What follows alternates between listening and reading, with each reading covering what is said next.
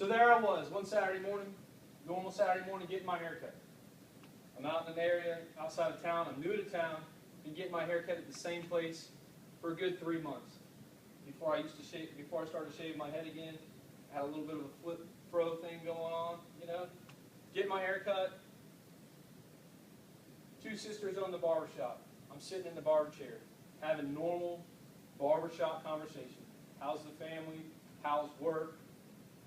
She proceeds to start telling me that her and her husband were having issues, that he had been cheating on her. And I could tell that there was some pretty serious hurt going on in her life. Conversation changes, and before I know it, she point blank asks me what I'm doing that afternoon. Knowing that I'm a family man, knowing that I have a family, she more or less approaches me in a way that where she wanted to get back at her husband. No strings attached, that whole thing. I had a choice to make. I had to get out of there. I haven't been back to that barbershop since. That might have been the reason why I started shaving my head again, but I just decided I'm not going back there. I got out of that place. Imagine you're 1,000 miles away in a country that we're at war with. Today, you're going on patrol. You've been on patrol before, it's routine, but today is different. And that's why there's a knot in your gut, an icy fear in your heart. Today's different because you've been appointed point man. You're the lead guy. Bottom line, you're the leader. Everyone else will fall in behind you. As you move out, you realize the survival of these men falls on one thing: your ability to lead. Your judgment will determine whether they live or die. You're jacked with adrenaline, to the point you can feel it just going through your veins. And as you do that slowly, you gingerly walk, scanning the perimeter, looking for tripwires, looking for snipers. You're looking through. Your judgment will determine whether they live or die. Entire patrols have been lost because the point man failed to anticipate an ambush. Men have been killed all because the point lacked skill and wisdom. Through a series of events, you have found yourself behind enemy lines, and they unleash their fire on your position. You're surrounded, and your gut, you know the odds are against you. You're outnumbered. You're outgunned. The worst case scenario has happened, and it's worse than you can ever imagine. Now's the time your leadership will make the difference. As automatic weapons blaze around you, you must accurately assess the situation, determine the next critical steps, and formulate a flawless plan. It's leadership, plain and simple. You're not off in some... Determine the next critical steps and formulate a flawless plan. It's leadership, plain and simple. If your plan works, you might get out with half of your men. If you fail, they might be lucky to find your dog tags. Let's change the scenario a little bit. You're not in a foreign country. You're at home. The group you're leading is your family. What would you feel under these circumstances?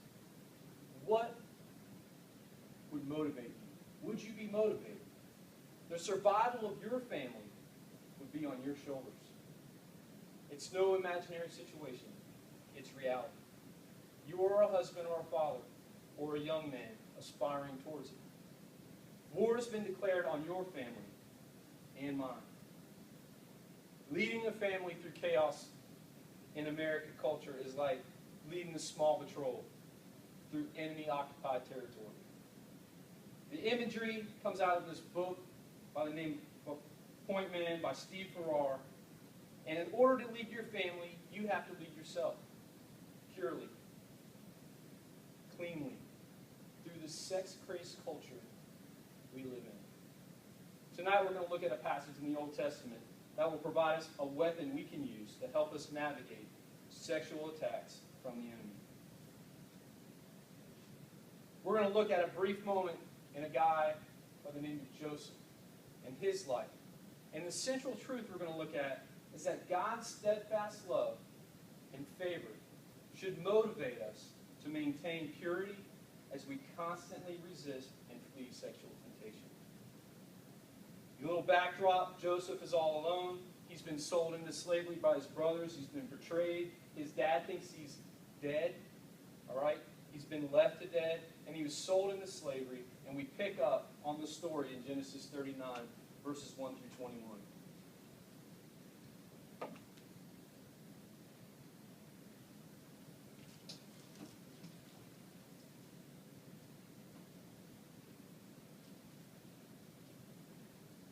Now Joseph had been brought down to Egypt, and Potiphar, an officer of Pharaoh, the captain of the guard, an Egyptian, had bought him from the Ishmaelites, who had brought him down there.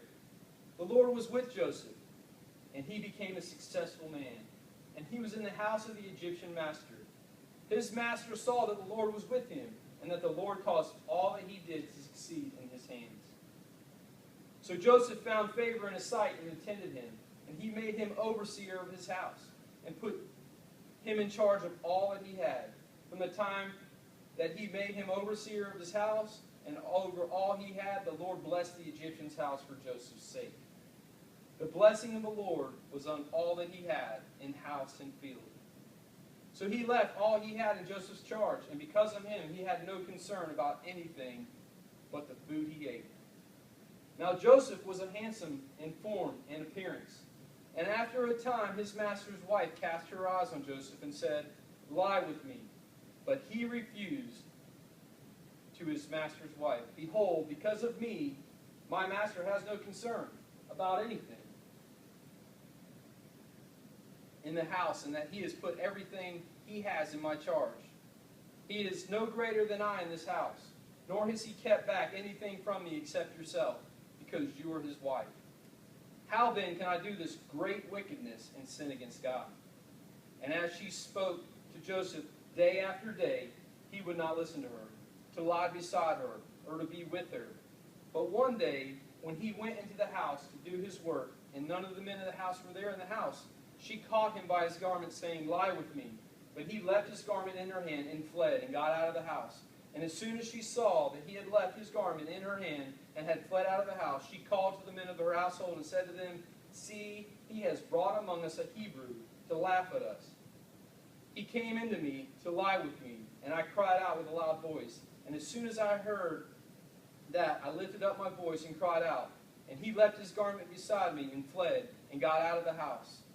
Then she laid up his garment by her until the master came home. And she told him the same story, saying, "The Hebrew servant whom you have brought among us came into me to laugh at me. But as soon as I lifted up my voice and cried, he left his garment beside me and fled out of the house." As soon as his master heard the words that his wife had spoke to him, "This is the way your servant treated me," his anger was kindled. And Joseph's master took him and put him into prison, the place where the king's prisoners were confined. And as he was there in prison, but the Lord was with Joseph and showed him steadfast love and gave him favor in the sight of the prison keeper. So, as we look at it, we see in verse 2 that the Lord was with Joseph, and that he became a successful man. And in the house of the Egyptian master, his master saw that the Lord was with him. The Lord caused all that he did to succeed. So what's our takeaway? We should understand that the favor of the Lord is visible to others. All right? And we need to recognize and take comfort that God is in control and that he's at work in our own lives. We need to realize that God takes care of his children even in adverse situations. Joseph's in slavery, God still blesses him.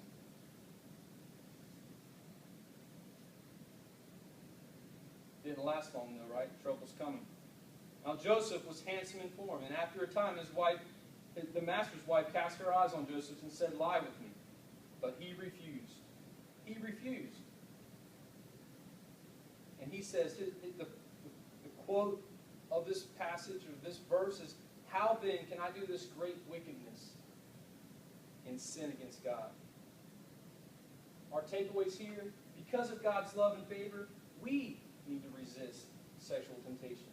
Refuse to give in to sexual advances and temptation. Recognize giving in would be wicked and a sin against God. So what set Joseph apart? When you look at this story, what armed him? What gave this guy the ability to ward off this blatant sexual advance? First of all, he understood and recognized God's blessings in his life. He understood how God views this kind of behavior. He understood it would have been wicked and a sin against the God that loved him and that he loved, which was the one consistent thing in his life. So what does this mean for us? Because of God's love and favor, we too need to resist sexual temptation. Refuse to give in to those sexual advances and temptation. Recognize giving in would be wicked in the sight of God. She didn't let up, did she? Day after day. It says day after day. Day after day, she just kept hounding, coming at it. I don't know about you, but sometimes I feel like that. The pressure of the sexuality in our culture comes at us day after day. It says that she wanted him to lie with her. One Bible translation says to have sexual relations with her. So we get the point. We understand what she's after, right? We have to constantly, actively fight sexual temptation. Day after day. Refuse to give in. Hour by hour, minute by minute. And sometimes it comes down to that. Minute by minute, second by second. Today, the enemy has set traps all around us. We don't live in Egypt. We live here in America. But the sexual temptation is around us. It's all around us, right? In the old days, if somebody wanted to get sexual explicit material, they had to go get it, right? They had to go to a backcountry store or to a newsstand. But today, it is more readily available than anything. You know, Proverbs 7 speaks of Solomon speaking to his son and giving him wisdom. And he talks about this harlot. He talks about this harlot calling out to this young man. And he's painting a picture, talking about how she's calling out to him, saying, come be with me. I've made the bed. I've got it all set up. Come be with me. Right? And it talks about how that young man is like a bird falling into a snare, falling into a trap that is going to lead to death. Today, that same woman calls out to us, but in a different way, through the internet, through television, right? Through magazines. You know, the pornography industry is bigger than the revenues top all the technology companies combined. Amazon, Google, Microsoft, Apple, Netflix, Earthlink, Yahoo combined. So that's the kind of enemy that we're up against. Remember, we should be consistent in fighting that sexual temptation. Refuse to give in. We must resist sexual temptation. But it says in verse 11, but one day when he went into the house to do his work, that none of the men in the house were there in the house. And she caught him by his garment, saying, lie with me. But he left his garment in her hand and fled. Right? He fled. He got out. He left. He didn't stay there dealing with the temptation. He left. We have to leave. We have to flee. Sometimes you just got to, all the time, we have to flee and get out of that situation. Joseph handled her advances by running away. The Apostle Paul, talking to the Corinthian church, said the same thing. He said that we must flee sexual immorality, that we must just abandon, just cut all ties and get out. If you're not careful, sexual temptation will grab you and grab a hold of you, just like Potiphar's wife grabbed a hold of Joseph's tunic or his coat. She grabbed a hold of him. You know, a saying is, sin will always keep you longer than you wanted to stay and cost you more than you wanted to pay. As we pick up in the story, we see that she told her husband what went on. She told him what was going down, and the husband put him in jail. Right? So here we go.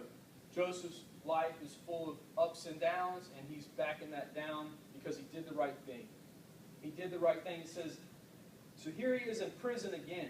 All right, so he's been raised up, he's running the show, and then he gets put back in prison. But the Lord was with Joseph. And showed him steadfast love and gave him favor in the sight of the keeper of the prison.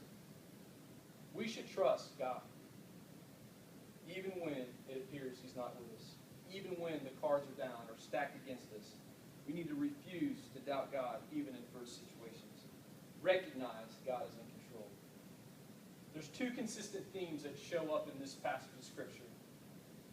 They're woven through the story, and those are God's steadfast love and favor displayed towards Joseph in his life, and Joseph's commitment to staying pure and resisting sexual temptation. Remember, you are the point man of your family. War has been declared on you. Your family, your marriage. So the next time you're faced with sexual temptation, remember how Joseph handled it. That he fought and he fled sexual temptation. If we and our families will make it out alive and intact, we must resist sexual temptation. We must be consistent in fighting sexual temptation. And we must run out of compromising situations.